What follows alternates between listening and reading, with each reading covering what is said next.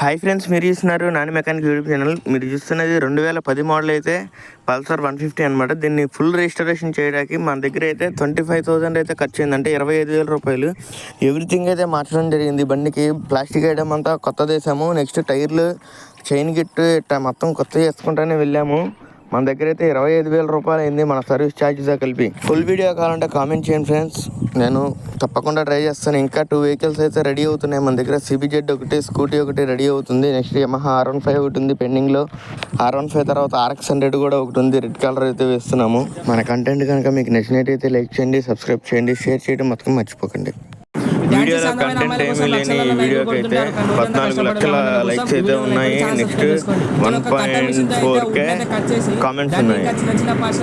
ఎండలో కష్టపడతా మీకోసం వీడియోలు తీస్తాం. కొద్దిగా మమ్మల్ని కూడా సపోర్ట్ చేయండి. అమ్మ నాన్న ఇష్టం ఉంటే లైక్ చేయి, కామెంట్ కొట్టి మేమైతే చెప్పం కదా.